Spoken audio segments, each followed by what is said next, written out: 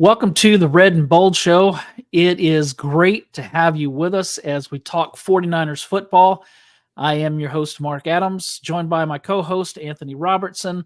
We're from 49ers Camelot and 49ers Cutback. You can find both channels wherever you watch or listen. So make sure you go subscribe and give us a like, do all that nice stuff. It really helps us out. We appreciate it. Ant, how's it going? It's going good. Preseason's here, so I enjoyed a lot of football over the last week or so, and then I've been doing my film breakdowns over on Patreon, so I've been getting more deep into it. I think sometimes your first observations are great. What you've seen in real time sometimes holds up, but you wonder how much all of it's going to hold up against the film. I felt like some things held up. My first initial response was fine, and then there's some things I'm seeing as I go through the film, and I'm like, wow. Either this guy played better than I thought, or that guy did not live up to the expectations that I saw. So it's interesting when you get into that part of a film study, but it's my very favorite thing to do. I used to love watching film as a coach, and I still love it now watching the 49ers, even though it's preseason and it's less about X's and O's and more about actually completing your task. It's still a lot of fun. Yeah. Well, I live in the Chicago area, and so here all of the talk is about Caleb Williams and his debut for the Chicago Bears. He looked good. I don't know if you watched that game, but I'm kind of torn on Caleb Williams because I'm an Oklahoma fan, and so he was at OU. Then when the head coach that won't be mentioned left Oklahoma and went to USC, Caleb Williams followed, of course, won the Heisman Trophy. Great talent. I really liked him at Oklahoma. Thought that he had a lot of potential. And so I kind of didn't like him when he left OU, but I don't really blame him because his coach left. And I think a player should be allowed to leave and go wherever he wants when the coach that recruited him leaves. It's the coach that I don't like. And it's not just about leaving. It's the way it was done was not classy at all. And so I don't like that. It wasn't as bad as I remember when Bobby Petrino was the Miami Dolphins that he was the coach of? No. Atlanta Falcons. Yeah, the Falcons. And he left notes in their lockers or something like that saying that he was leaving. That was the worst. But in Oklahoma, we're not crazy about Lincoln Riley. I'll mention his name just this once. But good to see Caleb Williams. But in San Francisco, in the Bay Area, the talk is totally different. It's about this Ayuk guy, and there's a little bit of talk about the all-world left tackle, Trent Williams.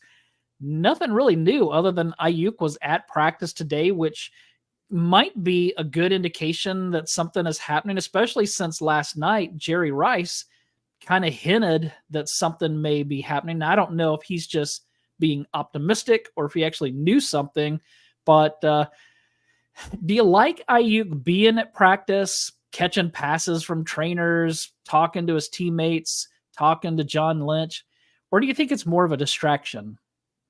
No, I like it. I think it's showing proof that he's trending in the right direction for them getting a contract done. I think the report that came out last night from Mike Garafolo was probably the one that got me the most interested in this conversation that has been happening in a long time, because he said they have maybe like one more key thing to get done, that they've agreed on a lot of points. And anyone that's been a part of a negotiation knows that when you start agreeing on certain points, it means at some point you're going to come to a conclusion, because people start working together and you're like, you know what, we're so close. We can give a little bit if you'll give a little bit, and then you can get something done. So I think it's trending in the right direction. I think him coming out and being involved around practice, not involved in practice, kind of signals that maybe we're coming into the daylight of this situation being done. So I think it's good news.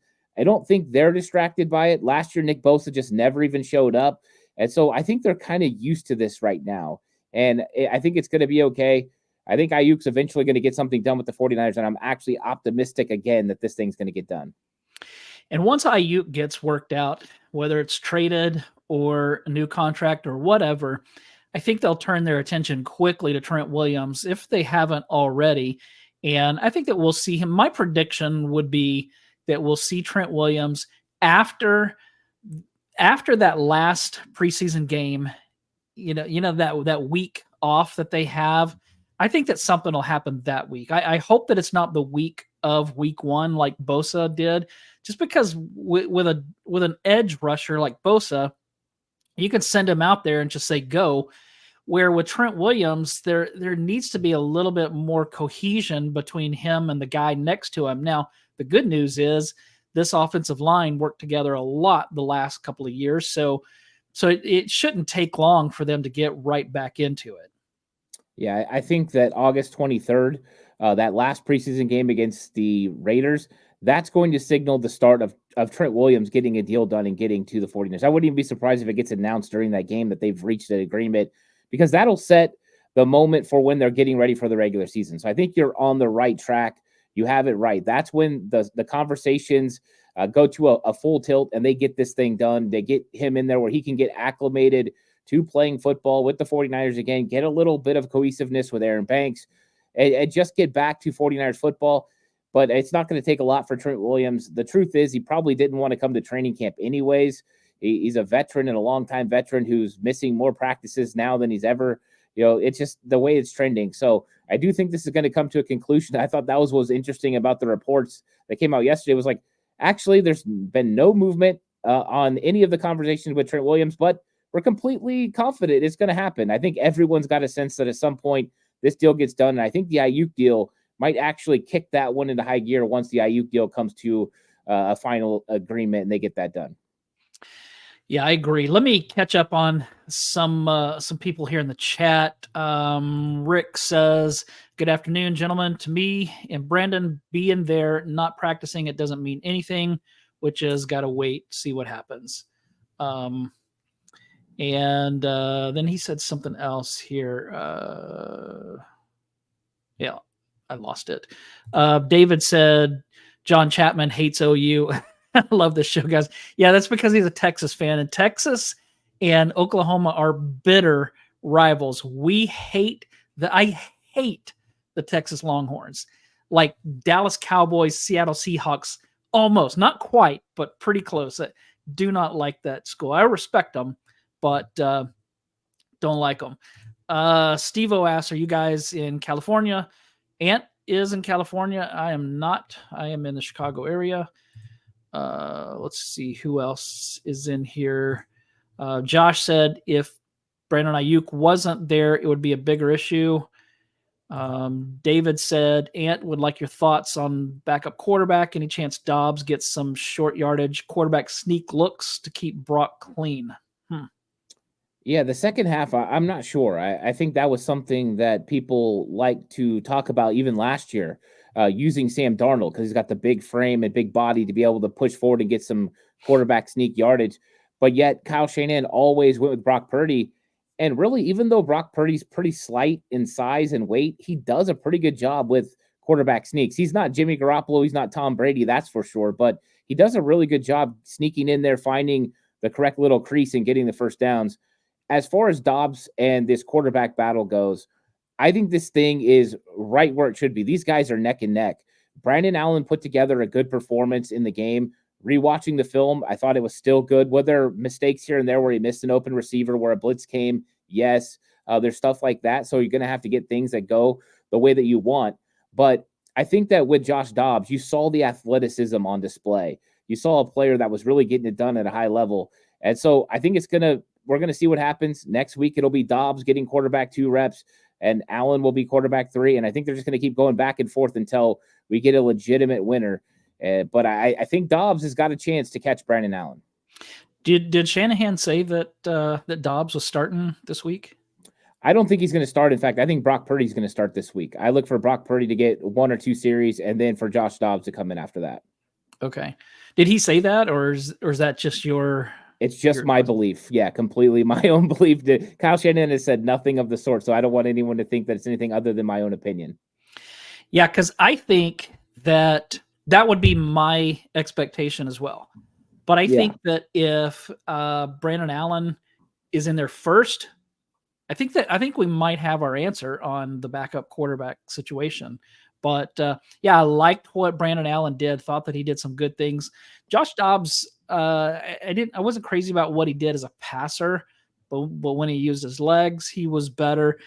I still think that Brandon Allen is more Brock Purdy than Josh Dobbs is, which makes me think that he might be the guy. One interesting thing that that doesn't really have to do much with the 49ers quarterback situation, but with that the injury to JJ McCarthy. So, you know who the other quarterback is there? Sam Darnold. Right, and they play early in the season, right? Mm-hmm. And so that might be interesting if Sam Darnold.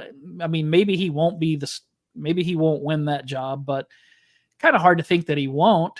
And so it's very possible that the 49ers are playing against Sam Darnold a couple of weeks into the season. That should be interesting. That would be very interesting to see what Sam Darnold could ultimately do, against the 49ers defense, and a defense that practiced against him a lot. So you would think that would be advantage for the 49ers. But yeah, I mean, unfortunately for Minnesota, they are suffering a ton of injuries. Jordan Addison went down at practice today. They have been ravaged. As much as the 49ers have been dealing with soft tissue injuries, they've been dealing with injuries that are changing their lineup completely. So, but it would be fun. I mean, there's a chance during the season we could actually see the 49ers versus Sam Darnold in week 2, and maybe eventually against Jimmy Garoppolo if something happened to Stafford. The way Stafford hasn't been able to stay healthy, we might actually see both of those quarterbacks competing against the 49ers this year. Yeah, that would be crazy. Let's see. Kenny in the chat said, let's get dirty. I have no idea what that means. Josh said, super upset my man Bill Jr. was atrocious. All right, well, let's get into this. We're talking studs and duds from the first preseason game. And again, it's hard to overreact to preseason because, I mean, you do look at, for me, the 49ers offensive line, considering that they faced more blitzes than you normally face in a preseason game, thought that they did pretty well. Yeah, I thought the offensive line, especially the first group, I thought they played really well. I thought, especially when it came to pass protection, Dominic Pooney was really, really good. I thought Nick Zakelj was really good in this game in run blocking and pass blocking. I thought Pooney did a pretty good job in run blocking. A little bit of improvement needs to come there, but that was expected. I think he played really well. And then when you look at Aaron Banks, I thought he struggled early, but then figured it out towards the end of the drive. Colt McKivitz looked really good run blocking. I thought, wow, that's the best Colt McKivitz we've seen run blocking. I know it's just preseason, but that's moving things in the right direction. So there were some key takeaways of guys, especially Pooney and Zakelj, that impressed so much that Zakelj put himself in position now to make this roster. He's now firmly ahead of Ben Bartch. I don't think there's a question mark after watching. And that was what we were seeing trending at the end of training camp. Zakelj was looking better. And so I think the 49ers feel pretty good about having those two young guys. Zakelj still young, only in year 3. And then you've got Dominic Pooney, who played so well. They got to feel good about that offensive line. And you're right, picking up, the blitzes, the twists, the different things that were being thrown at them. And I thought they handled it pretty well. It was a good sign for the 49ers offensive line. Yeah, so if you have Pooney and Zakelj and who was the other one you mentioned? McKivitz. Yeah, McKivitz. So if you have those as studs, where do you have Robert Beal Jr.?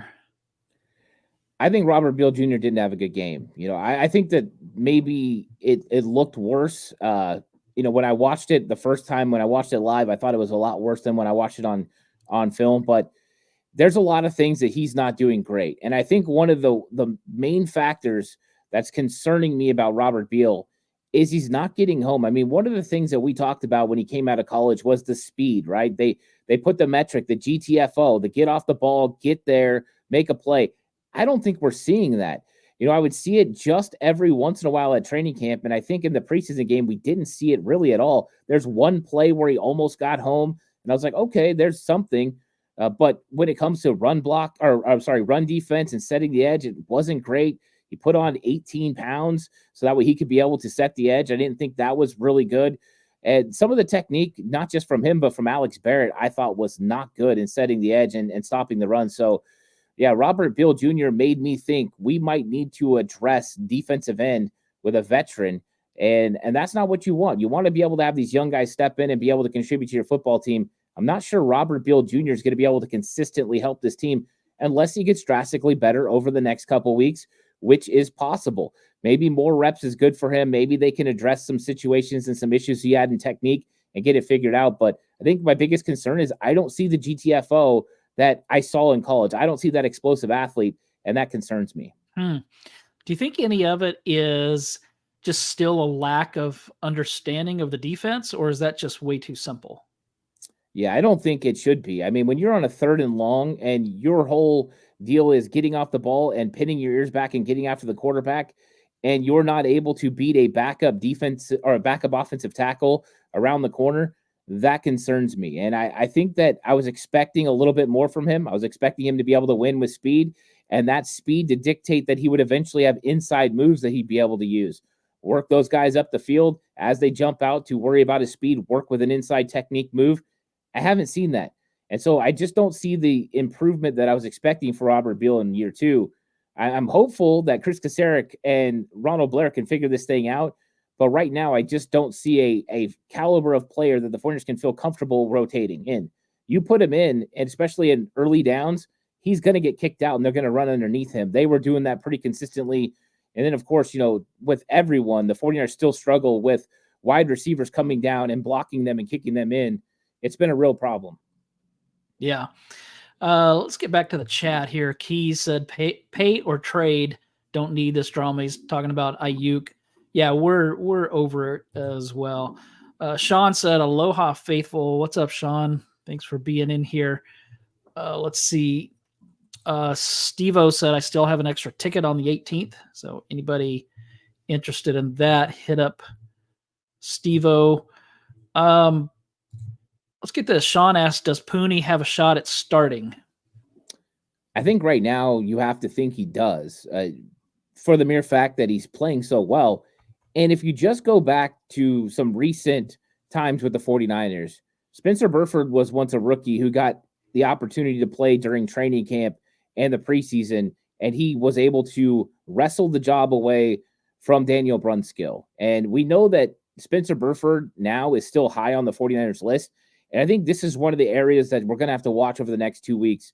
Is Spencer Burford's a better run blocker than Dominic Pooney is right now? Dominic Pooney is a better pass blocker than Spencer Burford is right now. And so the 49ers have to decide. And I think here's one of the interesting things. If you're on another team around the league and you throw more than you pass, then you're probably going Dominic Pooney and you don't look back. With the 49ers, they're going to run the ball 49.5% of the time. They want somebody that can win in those situations. And you can see the offense stall when you don't run the football good. So Pooney's improvement in the run game over the next 2 weeks is going to be paramount to whether he can start when it comes time for the Jets. I do believe there's a very impressive defensive tackle, Quinnen Williams, that's waiting for him. That also could be a big concern for Dominic Pooney. Do I think Pooney's up to the task? I think he can battle. I think he can compete. I've seen enough out of him. But I think that they're still going to give Spencer Burford a chance. So this thing is not over yet, but Pooney definitely has to be thought of as a potential starter. But Burford and John Feliciano are not out of this yet. Yeah, great point, especially with Feliciano. If he's healthy and he's not starting at center, I think that he starts at right guard in week 1, but we'll have to see. Papa said, don't know if you guys saw Bo Nix, but he reminds me a lot of Brock Purdy. I haven't seen him, but I think we're going to see a lot of this kind of stuff of guys reminding people of Brock Purdy, just like it was that way with Tom Brady. Not that we're comparing Brock Purdy to Tom Brady, but anytime you have a guy who isn't going to set the world on fire athletically or skill-wise, but just finds ways to get it done, people are going to see that. We saw that with Montana years ago. When Jake Plummer came into the league, Bill Walsh he said that he reminded him of Joe.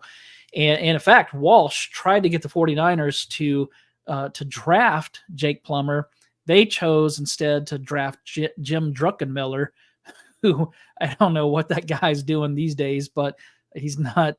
He didn't play football, but like I think his career lasted 1 year. I believe he played in one game, or at least had a start. That was when Steve Young was recovering from a concussion, and so yeah, I mean, I just think there's going to be guys that are going to remind people of Purdy. 100%. And what's the funny thing is Bo Nix was a first-round draft pick that's reminding people of Brock Yeah. Purdy. That just shows you how good Brock Purdy has been since he's been in the league. Bo Nix is a fun player. I mean, watching him last year at Oregon, he did a good job.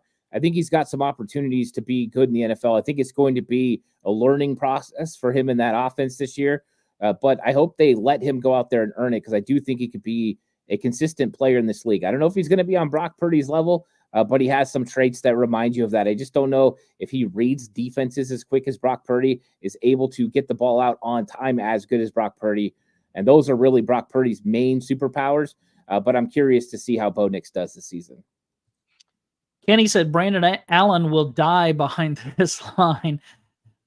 Yeah, he's a little more Jimmy Garoppolo than Brock Purdy. Leon Sandcastle said, my opinion, no Trent, no Brock, at least until the third preseason game. I think that if they had been able to do their joint practices with the Saints, then maybe Brock wouldn't play in week 2. But now I kind of am more in line with what you said, that he probably is going to play a couple of series. Remind me, since they've redone things where there's 17 weeks and only 3 preseason weeks, it used to be that the starters would play in a lot in week 3, and in that week 4 preseason game, you're seeing nobody that you're interested in seeing. Which week is it that is it the second week now that the starters play more, or is it the third week? Yeah, it just depends on the team, but a lot of teams do the second week, they play their starters a lot more. Some go the third week because you still have the extra week off before the season starts. I mean, they're going to play their last game on the 23rd of August against the Raiders, and then they're going to have all the way until September 9th before they play again. That's a long time. So you can play your starters a quarter against the Raiders and still be fine. So basically, part of the reason I believe that Brock Purdy is going to play some of this game is last year in week 2 of the preseason, Brock Purdy played some of the game, even coming off of joint practices. So I'm kind of going with the trend and watching what Kyle Shanahan does. And without joint practices, I really think it's a thing. And I think they feel comfortable with Jalen Moore playing left tackle in front of Brock Purdy until Trent Williams comes back. Of course, you want Trent, but for preseason, Brock Purdy will get rid of the ball quickly. He'll get the ball out. And I think Jalen Moore will surprise a lot of people. He's a lot better than people realize, because we didn't get to see him a lot during preseason last year. He doesn't play much during the season because he's behind Trent, but he's had a really, really good training camp, and he competed against Leonard Floyd and Nick Bosa all training camp, and he held his own. I think people will be pleasantly surprised. That's good to hear. Let's see. Hugo says, safe to say that Mason has passed up Mitchell. If that's the case, will they give either of the rookies a shot and trade Mitchell? No, they're not going to trade Mitchell. The 49ers are going to hold on to those 3 guys. And I don't think there's a trade partner out there for Mitchell that's going to give them enough, compensation to make it worthwhile. You'd rather have him there just in case, for heaven forbid, you get an injury. You want to make sure you have a lot of talent there. And so I think they feel real comfortable going into the season with McCaffrey, Mason, and Mitchell, and letting those guys all get reps and compete and be help for this football team. And I think when it comes to the young guys, I think Garendo is going to end up going on the IR still. I still think that guy's going to be redshirted. With Schrader, we'll see what happens. But the 49ers, I think, feel really comfortable with the top 3, and I think they want to insulate themselves in case something happens to Christian McCaffrey, and having 2 solid backs behind is the way to do it. Yeah, I agree. Mitchell's not going anywhere. I think Garendo is going to IR. I think that he's probably, maybe he'll go to IR with the chance to return, or maybe they just use this kind of as a red shirt year. Cody Schrader where do you think he's going to fall? Because I don't know that he's I mean, I've seen some people say, well, you have McCaffrey, Mason, Mitchell, and then Cody Schrader. I'm not sure he's the fourth guy, especially with Matt Breida and there's another back that I can't think of. I don't remember the name, but I think there's another one that I think might be ahead of him as well. Yeah, they've got a lot of talent at the running back position. I think Cody Schrader proved a lot in this game. I think if you had question marks about him as far as pass protection, he answered those questions. Yeah. I think the things that you still see about Cody Schrader that have been the problem for me all through training camp are still there. The lack of explosiveness. I think you see a back that he can find the hole, he can get positive yards, he does a good job there. I just don't see the explosiveness consistently.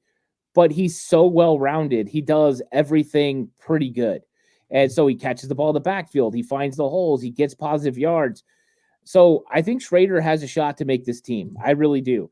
I just don't know, what the 49ers are going to decide with that fourth running back position. Most of the time, the fourth running back position, if they are not helping you on special teams, they're inactive on game day. So it's going to come down to whether they just want to carry him on this roster and not lose him to another team that would claim him. I think that's going to be the decision that they make. But there's other guys like Patrick Taylor that they could possibly keep on this team for special teams reasons. He's dealing with an injury, so we'll see what happens. Matt Breida, the same sort of thing.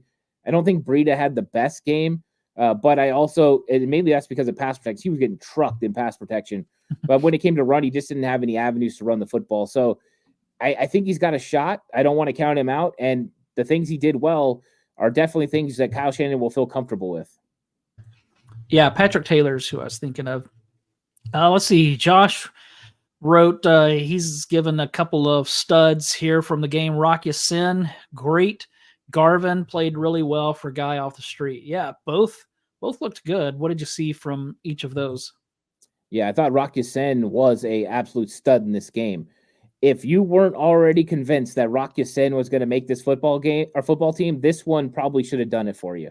Because I've been saying that the pecking order at cornerback, it has been Charvarius Ward, Deommodore Lenoir, Isaac Yedem, Renardo Green, and Rock Ya-Sin. And I think Rock Ya-Sin cemented that.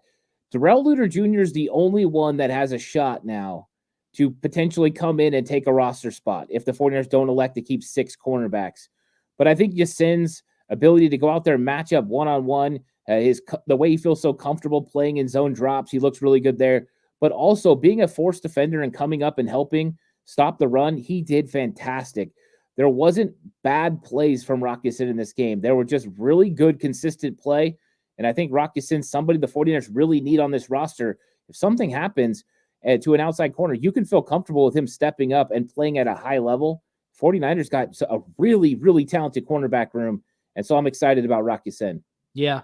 And we keep calling him Rock Ya-Sin, which is what everybody's been calling him for years. But the 49ers put out a pronunciation guide, and it was pronounced Rock Ya-Sin, which I had no idea that that's how he likes his name pronounced. So that was pretty interesting. I don't know that I'll remember to call him that because I obviously have forgotten already. Let's see. David asks, any Pearsall Cowing updates? I've been a little out of touch. Well, Pearsall did not play in this game. He's hurt. Cowing, did he play? I don't even know. No, he did not play. Yeah, I didn't see him. What do you think about this? Obviously, Pearsall is going to make the roster. I still think Cowing is going to, but man, he's been disappointing so far, and a lot of it has to do with the fact that he's been injured for weeks and weeks, really. Yeah, I think that's his big drawback is Jacob Cowing's been hurt. Ricky Pearsall's been hurt. I thought Pearsall looked good when I was at training camp. I think there was a couple of practices he really looked good. I think with Jacob Cowing, he's just not been out there. And so at least with Pearsall, we got to see a little bit, but Cowing, we haven't. So I think both of those guys, potentially got to figure this thing out, get on the field. I figure Jacob Cowing plays in this game coming up against New Orleans. He's further along as far as the hamstring injury. We saw Tate Martin play in the game, and he had been injured maybe a few days before Jacob Cowing, and he was out there. So I think this will be the time for Jacob Cowing to go out there, and we'll see what he can do. With Pearsall, I think they're going to protect him as long as they can. I don't know if we're going to see him during the preseason.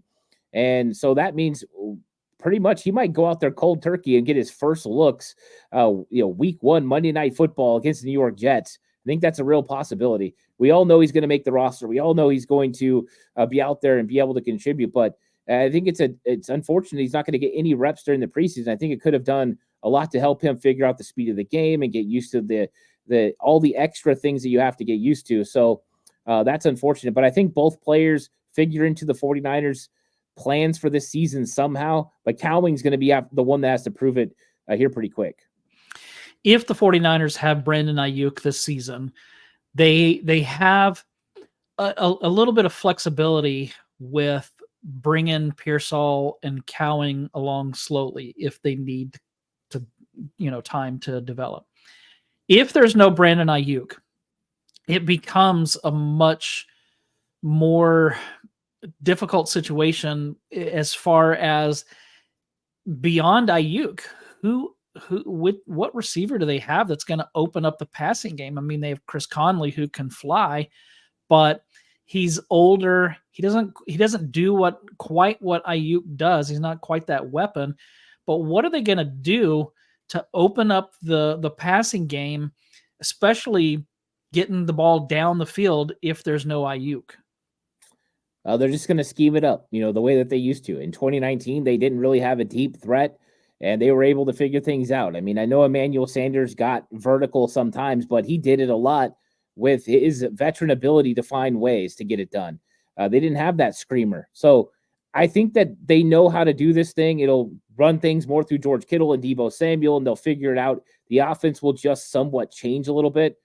So Brandon Ayuk's, the difference in the offense is definitely going to be noticeable because Ayuk can win one-on-ones and you can isolate him and get him in matchups and go ahead and get him the football and he makes plays. So it'll be a little bit different, but I definitely think they can handle it. I definitely think the 49ers could figure it out. But this team, like I said yesterday on my episode, the 49ers are a better football team with Brandon Ayuk on the field. And so never forget that. We need Brandon Ayuk out there if we can. That's the best situation for the 49ers. But yeah, finding that guy. I mean, they brought in Robbie Anderson now. He's going to be playing X. You have Chris Conley that's going to play X. I don't think Ronnie Bell's the answer there. Danny Gray, just an update on Danny Gray. He was practicing today, no blue jersey, so he's getting full contact. That's his first full practice in a while, which means he's on track to play this week, which is good news. So those are the guys, the suspects that would play X. We potentially could see Robbie Anderson as a starting X if Brandon Ayuk isn't playing for the 49ers or isn't playing in week 1. That is crazy to think. Yeah, that's scary. Lou said, maybe you covered already Williams, Banks, Pooney, McKivitz, Moore, Burford, Hubbard, Kingston, and the 5 centers, Feliciano, Zakel, Nugent, Brendel, Barch. Who sticks and who can clear waivers and make a practice squad? Yeah, that's tough. I think right away, you're the guys who are for sure making this team, right? Trent Williams, Aaron Banks, Jake Brendel, Dominic Pooney, and Colt McKivitz. Those 5 guys for sure. I'm guessing Spencer Burford and John Feliciano are pretty much locks. That gives you 7. Jalen Moore, that's 8. You're likely only keeping 9, and that means you're making a decision. Do you keep another tackle, or do you have Jalen Moore be a swing tackle? If you're keeping another tackle, Chris Hubbard would most likely be that tackle. If you're keeping another interior offensive lineman, which I believe they would do, it's Nick Zakel versus Ben Barch. And right now, I would give it to Nick Zakel. And if I had to build a nine-man offensive line, I would not keep Chris Hubbard. I would keep Nick Zakel, knowing that at some point you could always put Burford or Zakel at tackle in an emergency situation, and you could always elevate an offensive lineman from your practice squad to make sure you're capable. But it's going to come down to some tough decisions for the 49ers. I think some guys played themselves out of the roster spot. I don't think Nugent looked good enough to get claimed on waivers. I think he could make it to the practice squad. I don't think that's a real question. I think the same thing with Kingston. Even though Kingston looked good in pass blocking, I wasn't a huge fan of him in run blocking, which we know he wasn't very good at. He's another guy I think they could sneak to the practice squad. Those guys most likely to go to practice squad. Ben Barch most likely to get picked up by somebody. Yeah, that is kind of a loaded question there, but I don't disagree with you. I'm looking at the names, and I don't. You think Barch? You think he makes it, or you think would he make the practice squad? I don't know if he'll get to the practice squad. I don't think he's good as of right now, and things can change over the next 2 weeks. But as of right now, I don't think he makes this roster over Nick Zakelj. I think Nick Zakel's outplayed him at center. He can outplay him at guard, which we saw at training camp. And so I think right now Zakel's overtaken him. And so I think that kind of leaves him on the outside looking in. And I'm guessing a team around the league would like the versatility of Ben Bartch and maybe give him a chance, especially a team that runs a similar offense. But we'll see. There's always the chance he could, get to the 49ers practice squad, and that would be a big win. Yeah. Leon asked, do you think we see Mordecai get some reps versus the Saints? That's a hard one because I think they still have to figure out with Brandon Allen and Josh Dobbs. And then if Brock Purdy plays, I mean, maybe they give Purdy, like you said, a couple of series, and then they bring in Dobbs, and then maybe Mordecai gets in the fourth quarter. I don't know. What do you think there? There's a possibility that Mordecai could play like the last 5 minutes of the fourth quarter if things worked out. But I don't think you're going to see much of Mordecai during the preseason. And maybe you'll see him in the Raiders game. Maybe they'll turn over the last part of it to him and let him roll. I would like to see the young guy get a chance to play. But there's a lot of things that Mordecai needs to get better at. He stares down receivers. He gets his feet stuck in mud sometimes when he's in the pocket. And he's got the athleticism to run around. He's got a really strong arm, which is great. But I don't know how quickly he's processing this 49ers offense. So we'll see what happens. But yeah, I'd love to see him get out there. Maybe a series in this game versus New Orleans, possibly, and then maybe a couple series in that game versus the Raiders, depending on what 49ers do as far as dress rehearsal, if Brock plays a full quarter or not in that matchup. I think that will determine how much of Mordecai we see. Sean asks, is Schrader a possible replacement for Juice in the future? I've not heard anybody say anything like that, but yeah, no, he's definitely not. He's going to play tailback. He doesn't have any fullback, repertoire to his game. He's not a great blocker. He's not very big. To me, I don't think that he would play that role at all. I think Schrader's either a running back for the 49ers or he's not on the team. So I don't think I see him changing to fullback. Yeah, I don't really either. Leon asks, when is it time to move on from an oft-injured player? This is Mitchell's 12th since his time here, 6th on the same leg.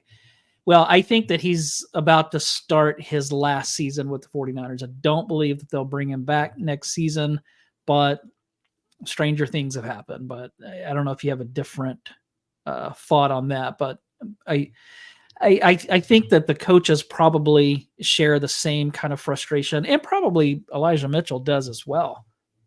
Yeah, I don't think that Elijah Mitchell is going to be with the 49ers after the season. I think he's going to go elsewhere.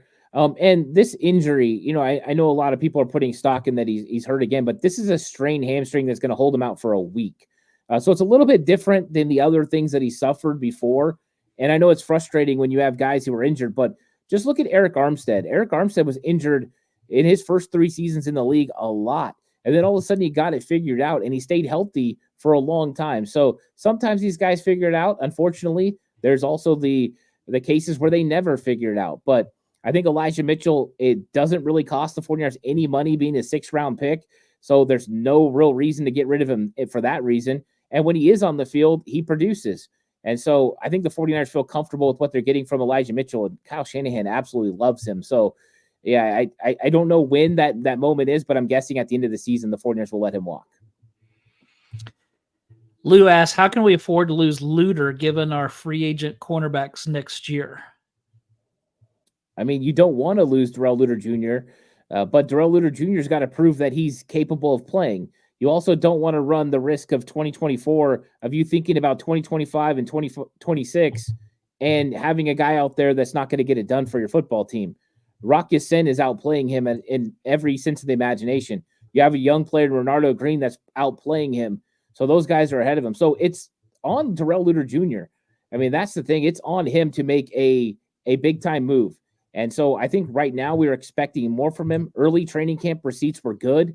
But then injuries after that. So you would love to keep Darrell Luter Jr. on this roster, but you also want to have a capable body out there if you need it. And right now, I haven't seen enough from Darrell Luter Jr. to say, you know what? Yeah, he's going to make this team.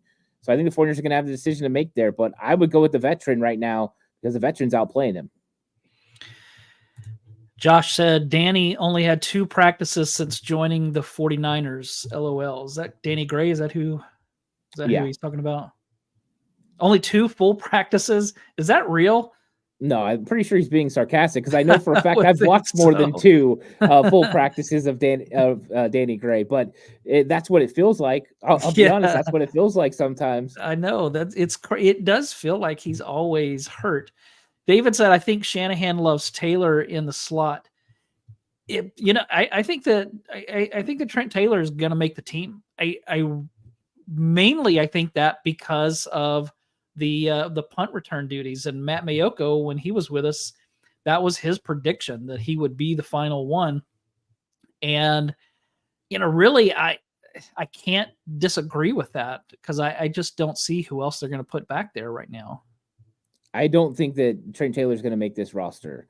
Okay. I think he'll be on the 49ers practice squad, and I think he'll be elevated for week 1 to handle punt return duties. I think you're spot on about him handling punt return duties, but you've got to make sure you're keeping young players. If you're keeping Trent Taylor, that means that you're letting go of Chris Conley or Jacob Cowing or somebody else. If that's 6 wide receivers, you've got a tough decision to make there. So I think that Kyle Shanahan kind of alluded to this in a roundabout way in one of his press conferences where he said he likes having a veteran receivers on the practice squad. When he was talking about Trent Taylor, he's going to fill that Snead role. The Willie Snead role is Trent Taylor this year. He's going to be on that practice squad, and I think they're going to hope that he can handle it just for a little bit. We'll figure it out.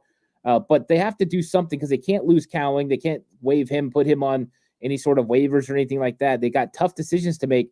And are you keeping Chris Conley on your active roster? Trent Taylor? Are you letting both of them go and bringing them both back to the practice squad? I think they got tough decisions to make at the wide receiver position. And if you have a choice between Conley and Trent Taylor, I'm keeping Chris Conley every single day and twice on Sunday. Right. Yeah. And they do have the option. Usually when there's a game on Sunday, they'll make roster moves on Saturday where they're promoting a couple of players from the practice squad. And then after the game, those players go back to the practice squad, and they can only do that for, I think each player can only be promoted like 4 times during the season, I think. And then so if Trent Taylor is promoted, I think it's 4 times. It could be 3, but let's say that it's 4. Once he reaches that max, then they either have to bring him up for good or they can't bring him up again. So that's how that stuff all works. It's so confusing. I wish it was simpler. Josh asked, Kingston not making the team? I just don't think there's a spot for him. I think he's a nice young player that could develop into a solid player for the 49ers. But when you look at the guys ahead of him, he just doesn't reach that level. I mean, he's playing, they moved him to the interior offensive line. That's where they think he's going to be able to play consistently. And there's just so much talent ahead of him. Dominic Pooney, Aaron Banks, Spencer Burford, John Feliciano, Nick Zakel, all better than him. Jake Brendel playing better than him right now. I think that if you told me that this was next year and he had played a full year with the 49ers, I think he would have improved enough to make this roster. But I think he's going to end up on the practice squad. And, I mean, he's really good in pass protection, but the run blocking and the pulling needs to get a lot better. So I just don't think you can keep him on this roster, and I don't think he's going to make the 53-man. David said Luter could get the mysterious injury at the end of preseason and get stashed for the year. Like what Josh said here, Tay Martin needs to make this team finally. Now that Larry Krueger is big on Tay Martin, I just think that his odds are they're just stacked against him. But like Kenny said, that's not the one I was looking for. It's what David said here. Tay Martin was impressive against Tennessee. He was.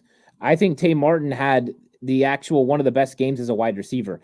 If he would have caught the ball deep, that vertical play down the field from Brandon Allen, we'd be talking about Tay Martin being the wide receiver of the game.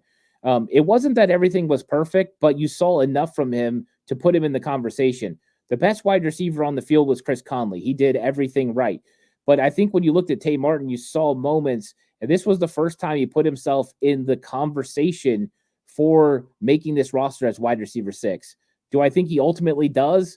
No, because he's right now a career practice squad guy that they feel like they can get to the practice squad and potentially bring him up. Maybe he'll look for another situation, but I thought he did a good job. I mean, I think there were a couple of mistakes that I saw on film where he didn't run good routes, didn't run the correct routes. I think those are issues that he's got to clean up, but he did miss a lot of practice. So, but yeah, I thought Tamar did a good job in this game and was one of the better wide receivers for the 49ers. If they have Brandon Ayuk, it's a loaded wide receiver room, and it's going to be hard for guys like Tay Martin to make the club. If they don't have Brandon Ayuk, then everything changes, and I think everything is off the table. So it's going to be interesting to see what happens with Ayuk. Hopefully that's resolved sometime soon. Ant, do you have anything else before we take off? I'm just excited to see where things progress. We're getting some of the players coming back now from injury. Kyle Shanahan talked about, injuries. A lot of these guys were, 3 to 10 days. They were going to be back. Fred Warner's back full time now. And I'm looking forward to seeing what we see against New Orleans. I know I was looking forward to reports from joint practice, but just watching what we saw in that game last week, some of the guys that just absolutely showed up with flash plays, guys like Malik Mustafa, D. Winters having flash plays. Now I want to see if they can be consistent. If those plays that they were making mistakes on, they can clean those up. And now they're playing consistent with flash plays. That will show great players. And so that's what I'm looking forward to see. How many guys improve? How many guys get more consistent? And who's got a legitimate help to this 49ers football team? And I think that's where we're going to start seeing New Orleans. And then the 23rd when they play the Raiders. A lot to be decided still. A lot of positions up for grabs. But there's a lot to be excited about the young players that are going to help this 49ers football team in 2024. It's going to be an eventful couple of weeks to come, and then we'll have a break from it, and then everything starts in early September, and we'll be excited about that for sure. Thanks, everybody, for joining us and for being part. Thanks especially for those in our chat. You kept the conversation rolling, and it was a lot of fun to take part of that. So everybody have a good rest of your week, and let's have a game with no injury, no Kalia Davis kind of stuff, no Ambry Thomas kind of stuff. Even though I've been hard on Ambry Thomas, still don't want him to get hurt, and so hated to see those. But let's keep everybody healthy and see the 49ers put together some stuff and actually win this preseason game. I know it doesn't count, but I still think it's good for them to win. So everybody have a good rest of your night and have fun this weekend. Talk to you soon.